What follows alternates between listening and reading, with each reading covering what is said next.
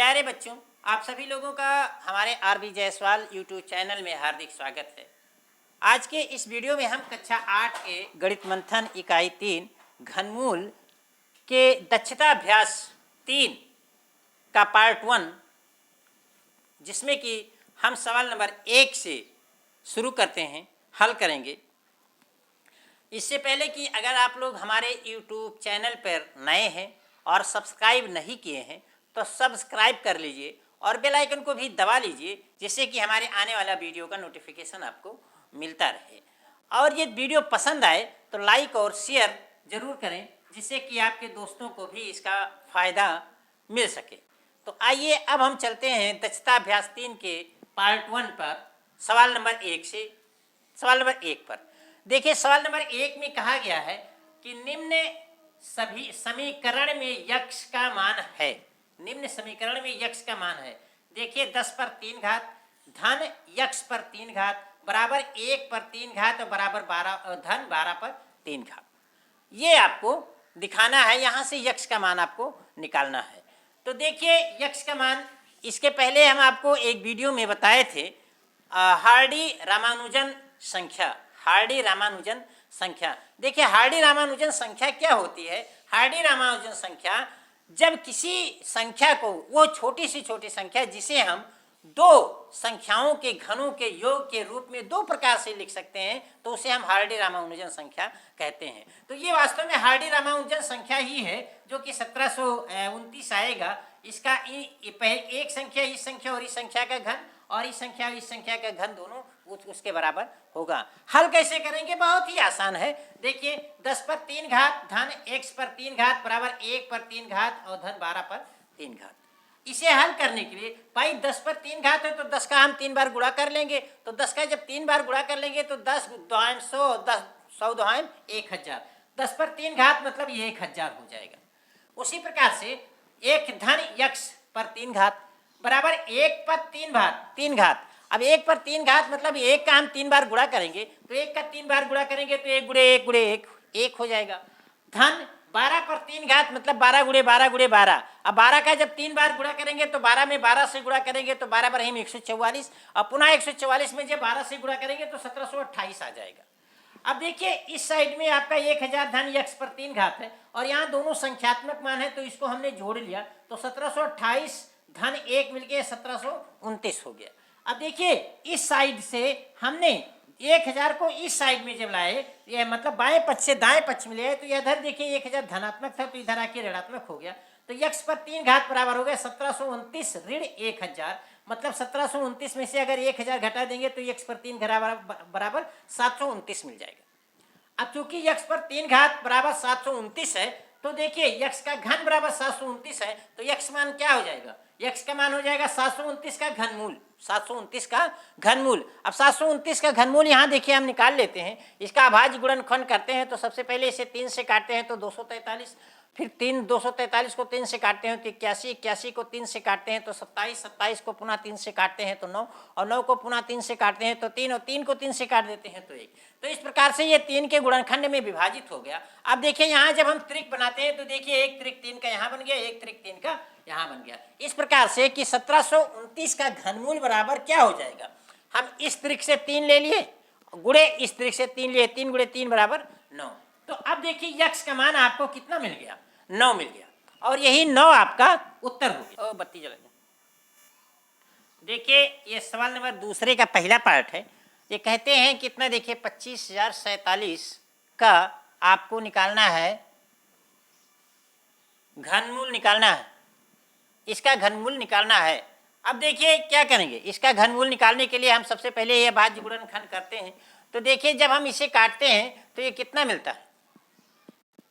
देखते हैं किस संख्या से ये कटती है। तो देखते हैं, ये 2,50,047 है। इसे जब हम देखते हैं तो ये 3 से कट जाता है, 3 से कट जाता है। तो 3 से अभाज्यता का नियम आप जान लीजिए, उसी से पता लगा लीजिएगा कि किस संख्या से कौन से कटेगा। तो 3 से कटने के लिए क्या क्या है? 3 से कटने के लिए है कि संख्याओं का योग क्या है, 3 से कट जाए। तो मतलब देखिए 5 और 2 7, 4 11 और 7 18, 18 3 से कट रहा है, मतलब ये संख्या 3 से कटेगी। इसी से हमने जान लिया है। तो 3 से काटने पर देखिए 83,349 मिला। अब 83,349 को पुनः जब हम 3 से काटते हैं तो 27,783 मिलता है, और 27,783 को पुनः 3 से काटते हैं तो 9,261 मिलता है। देखिए पुनः ये 3 से कट रहा है तो ये 3,087 मिलता है, और 3,087 को पुनः 3 से काटते हैं तो 1,029 मिलता है, और 1,029 को पुनः 3 से काटते हैं तो 343 मिलता है। अब देखिए 343 3 से नहीं कट रहा है, क्योंकि देखिए 4 3 7 3 10 हो गया, योग कितना हो गया 10 हो गया, और 10 3 से नहीं कट रहा है, इसका मतलब ये संख्या 3 से नहीं कट रही है। अब हम देखते हैं तो ये 7 से कट रही है, तो 7 से काटने पर 49 मिला, 49 को 7 से काटने पर 7, और 7 को 7 से काट दिया तो 1 मिल गया। इसके बाद इस प्रकार ये हमें अभाज्य गुणनखंड मिल गया। अभाज्य गुणनखंड मिल गया तो इसके हमने त्रिक बना लिए। तो देखिए एक त्रिक यहाँ बना 3 का, एक त्रिक यहाँ 3 का बना, एक त्रिक कितने किसका बना 7। तो इस प्रकार से 25,000 इस 2,50,047 का घनमूल आपका कितना हो गया। इस त्रिक से हमने एक 3 ले लिया, और इस त्रिक से हमने एक 3 लिया, 3 गुणे 3, और इस त्रिक से हमने 7 लिया, 3 गुणे, इस प्रकार 3 गुणे 3 गुणे 7 यानी तीनों का गुणा कर दिया तो 3 त्रिक का 9 और 9 सत्ते 63, और यही आपका उत्तर हो। देखिए ये सवाल नंबर पहले का ये सेकंड पार्ट है। दूसरा पार्ट ये कहते हैं कि 1,10,592 1,10,592 का घनमूल आपको ज्ञात करना है। तो आइए इसे ज्ञात करते हैं। 1,10,592 का घनमूल बराबर, ये घनमूल के निशान के अंदर 1,10,592 हो गया। अब हम 1,10,592 का देखिए ये अभाज्य गुणनखंड करते हैं, अभाज्य गुणनखंड करते हैं। तो देखते हैं, तो सबसे पहले चूंकि लास्ट संख्या सम है इसलिए ये 2 से कट रही है तो 2 से काटते जाते हैं। अब 1,10,592 को हमने 2 से काटा तो ये देखिए 55,296 आ गया। पुनः जब इसको हमने 2 से काटा तो 27,648 आ गया, और 27,648 को 2 से काटा तो 13,824 आ गया, और पुनः जब 13,824 को 2 से काटा तो 6,912 आ गया, और 6,900 को 12 पुनः 2 से कट रहा है तो काट दिया तो 3,456 आ गया, और 3,456 को पुनः 2 से काटा तो 1,728 आ गया, और 1,728 को 2 से काटा तो 864 आ गया, और 864 को पुनः 2 से काटा तो 432 मिल गया, और 432 को पुनः 2 से डिवाइड किया तो 216 आ गया, और 216 पुनः 2 से डिवाइड किया तो 108 आ गया, और 108 को जब डिवाइड किया 2 से तो 54 आ गया, और 54 को 2 से डिवाइड किया तो कितना मिल गया 27 मिल गया। अब 27 को देखिए हम यहाँ ले जाके किए हैं, 27 अब देखिए 2 से डिवाइड नहीं हो रहा है लेकिन 3 से डिवाइड हो रहा है, तो 3 से डिवाइड हो रहा है तो 3 से हमने डिवाइड कर दिया तो 9 मिला, और 9 को 3 से डिवाइड किया तो 3 मिला, और 3 को 3 से डिवाइड किया तो 1 मिला। इस प्रकार से ये 1,10,592 इतनी बड़ी संख्या थी, वो अभाज्य, इसके अभाज्य गुणनखंड हमको प्राप्त हुए। अब अभाज्य गुणनखंड प्राप्त हो गए तो इसका हम क्या करें, इसका पहले त्रिक बना ले। तो देखिए एक त्रिक 2 का यहाँ बन गया, एक त्रिक यहाँ बन गया, एक त्रिक यहाँ बन गया, और एक त्रिक यहाँ बन गया। 2 के 4 त्रिक बने, 2 के कई त्रिक बने 4 त्रिक बने, और 3 का एक त्रिक बन गया, 3 का एक त्रिक बन गया। तो अब इसका गुणनखंड क्या नाम से घनमूल क्या हो जाएगा, हम प्रत्येक त्रिक से एक एक संख्या लेकर गुणा कर देते हैं। तो इस त्रिक से हमने 1 2 लिया, इस त्रिक से हमने 1 2 लिया, इस त्रिक से 1 2 लिया, और इस त्रिक से 1 2 लिया, यानी इन 4 त्रिक से हमने 2 2 ले लिया, 4 2 ले लिया और इनका गुणा किया, और उसके बाद इस त्रिक से 3 ले लिया और उनका गुणा किया। तो इस प्रकार से 2 गुणे 2 गुणे 2 गुणे 2 गुणे 3 ये आपका उत्तर हो गया। और इसे जब गुणा करेंगे तो 2 दूनी 4, 4 दूनी 8, 8 दूनी 16, 16 तिया 48।